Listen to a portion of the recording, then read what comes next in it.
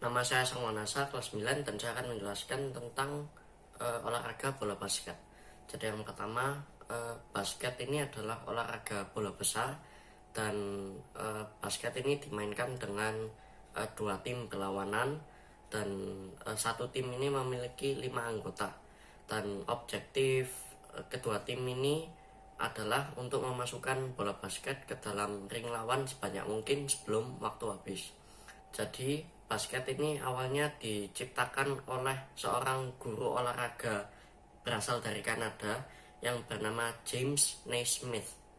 Jadi James ini pada waktu itu bulan Desember, jadi musim dingin di sana, di benua Amerika.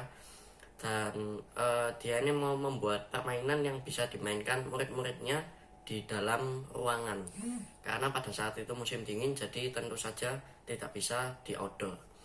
Jadi James ini terinspirasi dari permainannya saat masa kecilnya, dan dia mengambil keranjang yang berlubang, kemudian dia tempel ke dinding, dan kemudian dia membuat aturan simple. Jadi awalnya ini bola basket ada di tahun 1891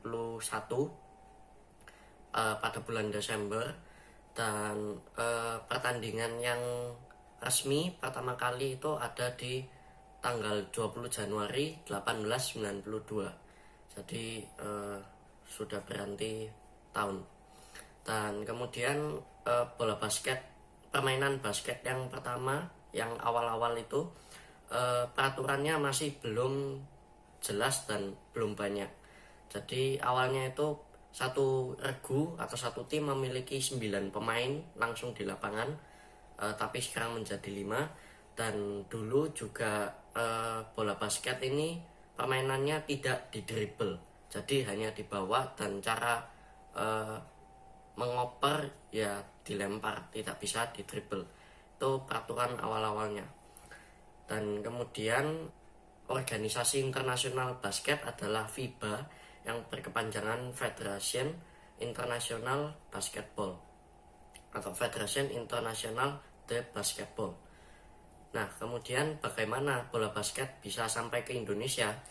Jadi pada tahun 1920-an, saat pedagang-pedagang Tiongkok atau orang-orang Cina datang ke Indonesia, mereka secara tidak langsung menyebarkan bola basket. Jadi awalnya awal bola basket di Indonesia ya tahun 1920 itu. Dan kemudian setelah masa merdeka 1950 ke atas, olahraga basket di Indonesia sudah mulai berkembang pesat dengan diadakannya banyak organisasi di kota-kota dan juga perlombaan.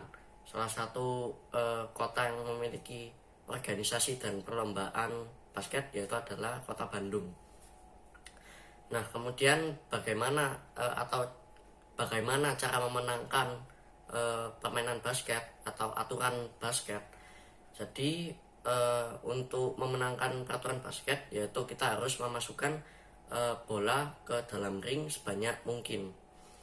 Nah, cara memasukkannya itu dengan melakukan shooting, dan tidak dengan shooting juga ada beberapa perkembangan cara memasukkan basket ke dalam ring. Yang pertama adalah shooting, yang kedua layup, di mana awalnya orang yang akan memasukkan bola ke dalam ring mendribble bola, dan semakin mendekati ke ring akhirnya ia memegang bola, jadi tidak didribble lagi, lalu dia melangkah 2 langkah, 1, 2, dan lompat dilempar ke ringnya. Dan kemudian perkembangan dari layup, itu namanya layup. Dan kemudian layup ini dikembangkan lagi, gerakannya bernama Eurostep.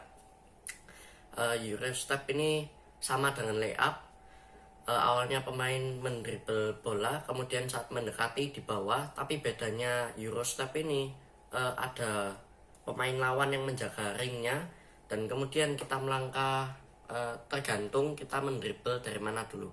Tapi bedanya layup sama Eurostep ini, kalau layup itu jalannya lurus, kalau Eurostep ada pemain lawan yang menjaga, dan nah misalnya ini pemain lawan. Nah kemudian ini kita misalnya kalau mendribble dari tangan kanan, kita melangkah ke kanan dulu, kanan, kiri, kemudian ini ring, kita shooting. Jadi perbedaan layup dan Eurostep hanya itu. Kalau layup lurus, kalau Eurostep ke kanan, ke kiri, atau kalau kita mendribble dengan tangan kiri ya ke kiri, ke kanan. Nah kemudian teknik cara memasukkan bola ke dalam ring yang lainnya, yang ini lebih susah dan tidak banyak orang yang bisa melakukan. Biasanya yang bisa itu yang memang sudah terlatih atau tinggi, yaitu adalah dunk, slam dunk. Dunk ini juga sebenarnya perkembangan dari layup juga, model-modelnya sama. Tapi kalau layup itu bedanya dia lempar bolanya dilepas, kalau dunk ini dipegang terus kemudian dia lompat ke ring dan dimasukkan. Dan slam dunk ini juga memiliki kontes tersendiri, di mana orang berlomba-lomba memasukkan atau mencetak skor dengan dunk terbaik atau tersusah. Biasanya ada orang yang saat melompat di udara bolanya di antara kaki atau melingkari badan, dan ada yang behind the back, ya. Jadi itu. Kemudian teknik dasar bermain bola basket lainnya yaitu dribble. Dribble itu gerakan simple, cuma memantulkan bola dengan tangan. Jadi tidak ditampar atau tidak dipukul, hanya didorong secara terkendali. Dan dribble ini juga banyak dikembangkan. Gerakan dribble juga dikembangkan, yaitu ada di antara kaki. Jadi dribble bolanya masukkan antara kaki, diterima tangan satunya, dan kemudian ada behind the back, itu biasanya untuk mengecoh lawan. Dan kemudian ya sepengetahuan saya dribble hanya itu saja. Dan kemudian ada teknik dasar lainnya bermain bola basket, yaitu pass, mengoper. Teknik pass ini ada 3, yaitu pass overhead, pass chest pass, dan kemudian bounce pass. Overhead pass itu ya sesuai namanya overhead, jadi pas di atas kepala ini bola dilemparkan ke teman. Chest pass dari dada, dari tengah, kemudian kita lemparkan. Dan bounce pass kita pantulkan bolanya ke teman. Kalau chest pass biasanya untuk jarak jauh, mengoper jarak jauh. Overhead pass untuk jarak jauh, chest pass untuk jarak sedang, dan bounce pass biasanya untuk misalnya kalau kita dijaga lawan, jadi lawannya tangannya membuka gini, kan kita mau melewati susah, jadi tapi ada celah di bawah tangan lawan yang menjaga tersebut. Nah misalnya teman kita di belakang lawan ini, kita operkan lewat bawah dari tangan lawan ini. Nah kemudian waktu bermain bola basket ini ada 2. Kalau mengikuti peraturan dari FIBA, yaitu lama bermainnya 4 kali 10 menit. Dan kalau mengikuti peraturan dari NBA, National Basketball Association, itu lama bermainnya 4 kali 12 menit. Dan di antara setiap 4 babak 1, babak 2, babak 3, babak 4, di antara itu ada istirahat selama 10 menit. Dan kalau terjadi seri skor pada saat 4 babak itu selesai, akan diadakan 2 babak tambahan, atau tidak sampai terjadi perselisihan skor. Dan di antara babak tambahan itu ada istirahat selama 2 menit.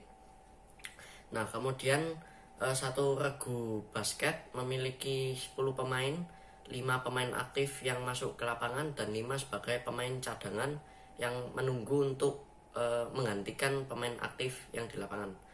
Dan kemudian basket ini memiliki 2 wasit, yaitu wasit 1 referee dan wasit kedua umpire.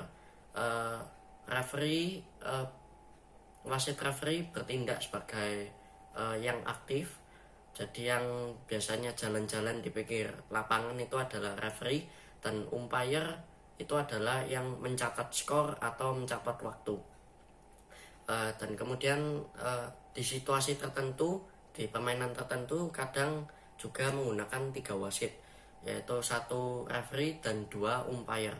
Nah, di permainan basket ini ada 3 nilai shooting. Yang pertama dan yang terendah yaitu 1 poin. 1 poin ini didapatkan saat melakukan free throw. Jadi free throw ini seperti penalti yang didapatkan kalau pemain lawan melakukan pelanggaran, dan free throw ini dilakukan di dalam kotak ring dan tepat di depan ring. Dan kemudian 2 poin ini diberikan saat melakukan shooting atau tembakan dari dalam garis 3 point, yaitu garis tengah lingkaran.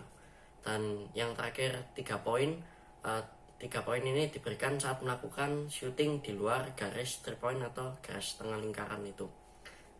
Nah, dan kemudian ini adalah ukuran lapangan basket.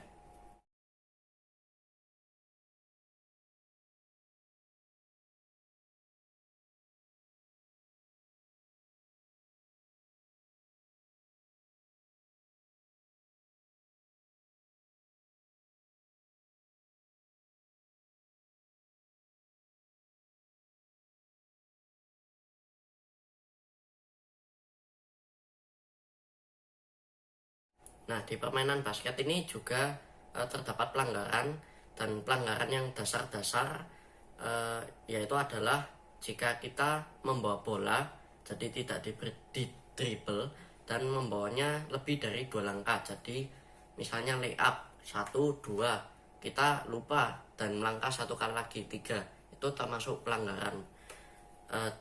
Ya biasa disebut traveling. Dan kedua, pelanggaran dasar yaitu foul, yaitu saat kita tidak sengaja memukul bola basket dari tangan lawan dan atau menyandung lawan atau menyenggol lawan dengan keras, ya foul.